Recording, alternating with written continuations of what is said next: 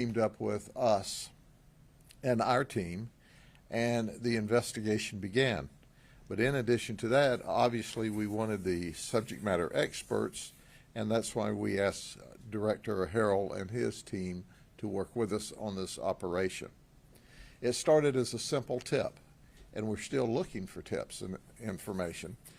We arrested these store owners in addition to the other 24, 25 people in one operation.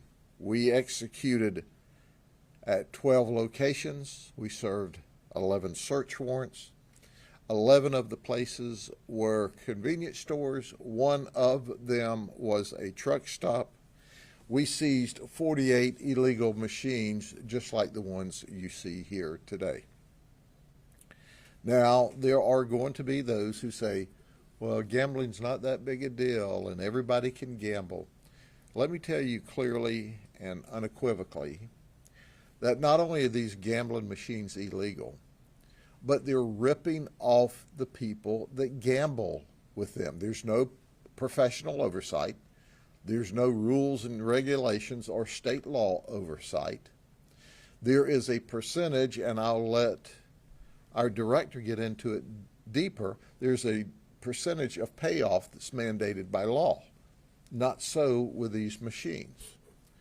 So while this is all going on, we also determined that 5 illegal aliens were involved. In fact, one of them actually owns a store. That's right, he's here in the country illegally, and he owns one convenience store, and his wife owns another convenience store. So it's important to understand that if this was legal, if they even thought it was legal, explain to me why a large percentage of these folks were hiding them in back rooms, and why they wouldn't allow people to go there unless they were sure or thought they were sure that they weren't law enforcement officers. Well, our detectives, who are the very best, teamed up with Chief Story's detectives, who are the very best, and we went undercover throughout Polk County. And we won at some of these games, and we lost at some of these games. And we determined that this operation certainly violated the law. When we hit our search warrants yesterday, we seized over $100,000 of illegal money in cash. And guess where that $100,000 of money in illegal cash came from? It came from hardworking folks. And we can't prove that children didn't participate because there's no rules, there's no regulation, there's no oversight. There's no monitoring of this operation. It's not fair play. So even if you believe in gambling, there's all kinds of legal ways to gamble. You can sit at home and play penny poker legally with your friends, but you can't engage in illegal gambling where you are ripping off the community. It's not fair play. Now, one of the people that was selling these items was Kenneth Halstead. He's 63. He's from South Carolina. That's right. He sold the machines to 2 of the locations, but not all of the locations. And it's important to understand that these machines are coming in from other areas of the world, and that there are many people that are selling or just delivering these machines. We'll bring them to you, we'll set it up, we'll do all the maintenance, we'll give you 40% of the proceeds. If you do that, if you allow this machine into your establishment, your private establishment or your public establishment, understand one thing: you're violating the law. Understand another thing: our detectives are going to investigate you. Understand another thing: we're going to run through you like a dose of salts through a widow woman. You're not going to violate the law in this county. Now, there was a sheriff in another county that was taking payoffs for this, and it got him locked up under racketeering laws. It was similar to this. These are just part of what he was involved in. He embarrassed all law enforcement across this state, but he went to jail because right always prevails. Well, this is an example today for him of what he should have been doing. He should have been seizing the gambling devices, not being paid off by a bunch of crooks. He'll get his day in court.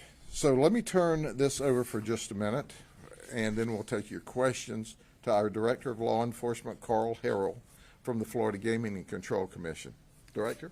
Thank you, Sheriff. Thank you. My name is Carl Harrell. I'm the Director of Law Enforcement at the Florida Gaming Control Commission. First, I want to thank the Sheriff and Chief Story for the partnership that we have with them, the fantastic law enforcement professionals that they have working for them, and the fantastic work they've done. We appreciate this opportunity to be a part of this and help eradicate all these illegal slot machines and other gambling devices that are across the state of Florida. Much like what the sheriff has said, these machines are illegal. If there are only 8 locations that are regulated by the state of Florida where you can actually play slot machines, and those are 4 in Broward County and 4 in Miami-Dade County.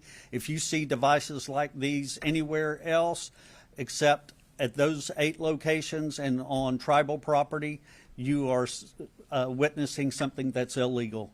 Please do not participate in giving your money away to these individuals because the odds are not in your favor. There are no player protections. You're going to lose, and you're going to devastate your family.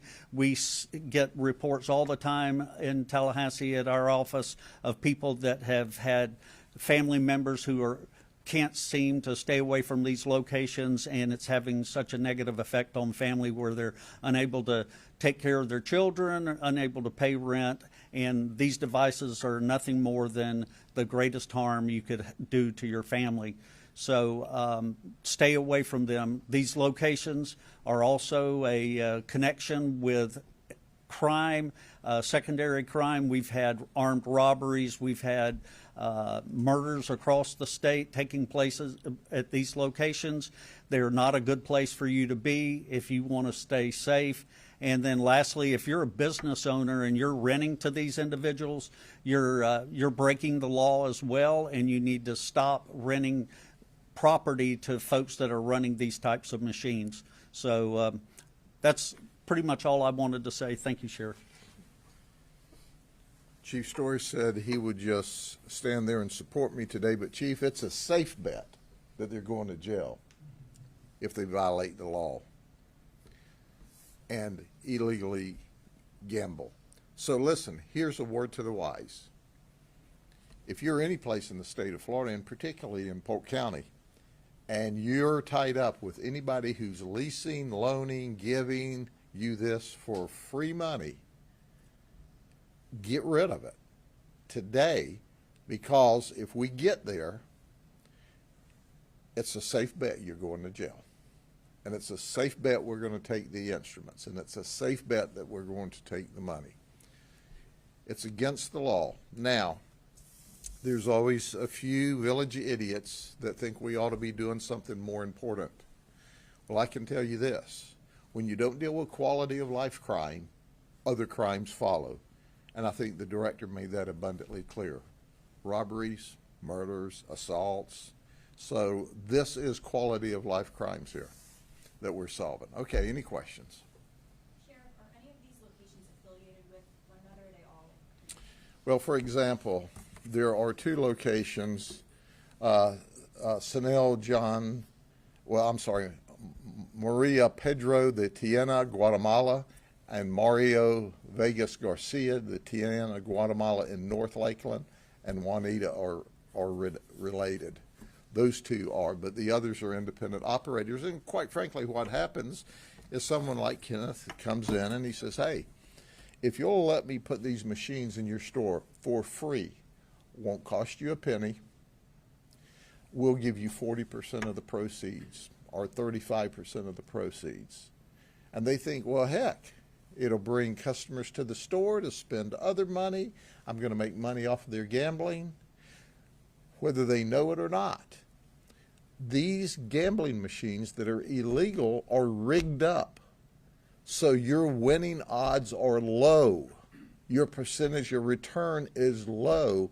You're being ripped off as a gambler. So even if you like to gamble and you do this, guess what? You lose. You lose. Bad odds, but great odds that we're going to arrest you, and the investigation's still ongoing.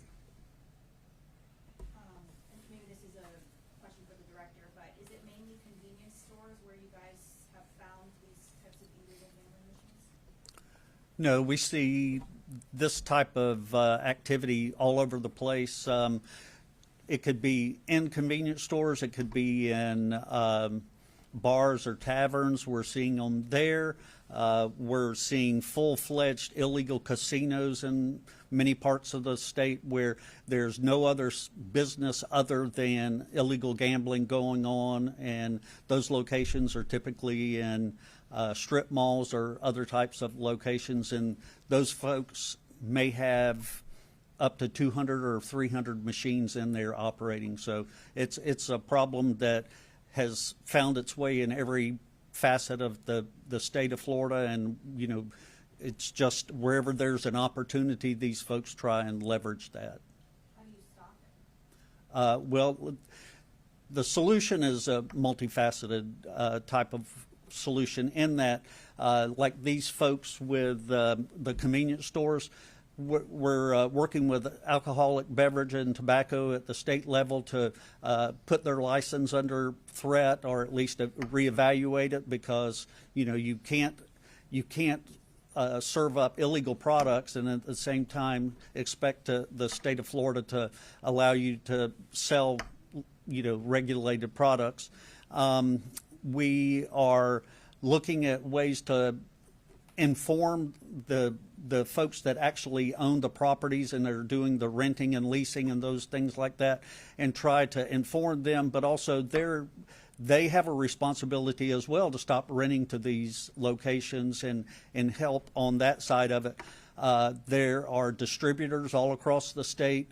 Some are from outside the state that are bringing these machines. These machines are not made local. They are arriving from overseas. They're arriving from other states illegally. So the complexion of this problem is quite broad, and we're trying very diligently to try and approach it in every way. Last question. So are any of their licenses going to be revoked, or Which licenses?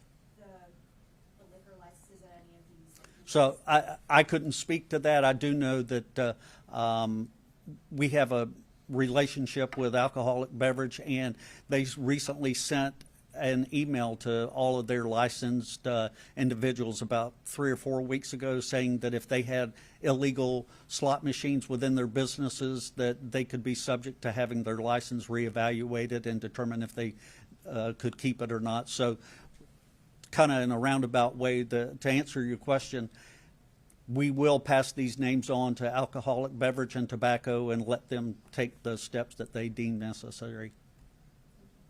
Was Halstead here, Sheriff, or was he in South Carolina? And what's his criminal background? Halstead actually showed up at one of our locations, and that he sold these machines in Tennessee.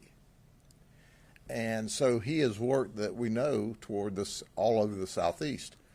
And he was dealing with some of these folks, Maria or Mario's family in Tennessee, and they referred him down here to these folks. So he was selling in Tennessee and he was selling here. Here's what's important to remember. Yes, we're going to report every one of them to alcohol, tobacco regulation. And I expect that our alcohol, tobacco regulation department will take aggressive action toward these folks. If they don't, I'll be talking about them, because this is no plain matter. And if you're allowed to get away with crime, you commit crime. And in addition to that, I'm also going to the lottery bosses. They can lose their ability to sell legal lottery. And certainly there's a penalty there. So it's not just that they were running a gambling house. It's not just those criminal charges, but they can lose their ability to sell legal lottery. They can certainly lose their ability to sell alcohol. And I anticipate, and I'm going to work with my colleagues from the state and say, ramp it up, guys, ramp it up. You warned them a month ago. How much attention did they pay? Zero. And you know good and well they've got to have crunchy peanut butter for brains to do that in Polk County. Because we not just arrest people, we like to arrest people that violate the law. And for those of you who want to make some cash, want a good gamble, a good bet, call Crime Stoppers. When you call Crime Stoppers and put us onto more of this illegal activity, we'll pay you cash. You don't even have to put any money up front. You get to stay totally confidential. So you get cash, and we'll go put more people in jail and take more machines. And then if you like to gamble, take that cash and go over to the Seminole Hard Rock, where it's legal to do this.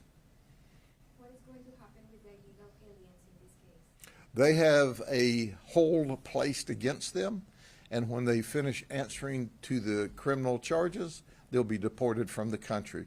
There's one from Bangladesh, one from India, two from Mexico, and I believe one from Guatemala. Okay? Thank you all very much. And remember, it's a safe bet you'll go to jail if you do this in Polk County. Chief and I will guarantee it.